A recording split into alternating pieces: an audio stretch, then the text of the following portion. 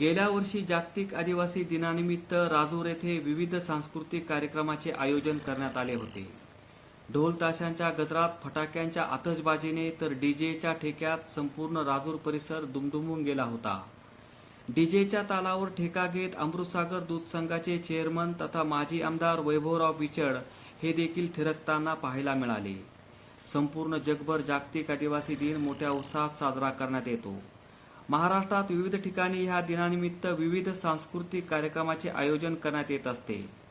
यंदाच्या वर्षीही राजूर येथे विविध प्रकारच्या सांस्कृतिक कार्यक्रमाचे आयोजन करण्यात आले आहे. महाराष्ट्रातील आदिवासी समाजाचे जीवनमान उंचावे, त्यांना आर्थिक स्थैर्य प्राप्त व्हावे, शासनाच्या विविध प्रकारच्या योजना राबवण्यासाठी आर्थिक बजेटमध्ये 9% स्वतंत्र बजेट तयार करण्याची तरतूद करण्याचे काम माजी आदिवासी विकास मंत्री मधुकररावजी पिचड यांनी केले आणि आदिवासी समाजामध्ये आर्थिक क्रांती घडवून आणली.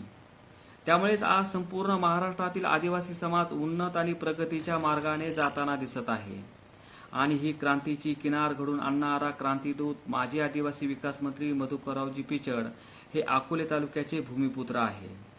यंदाचा हा जागतिक आदिवासी दिनाचा सोहळा राजूर येथे मोठ्या दिमागदार पद्धतीने साजरा होणार असून त्याची जय्यत तयारी सध्या सुरू आहे.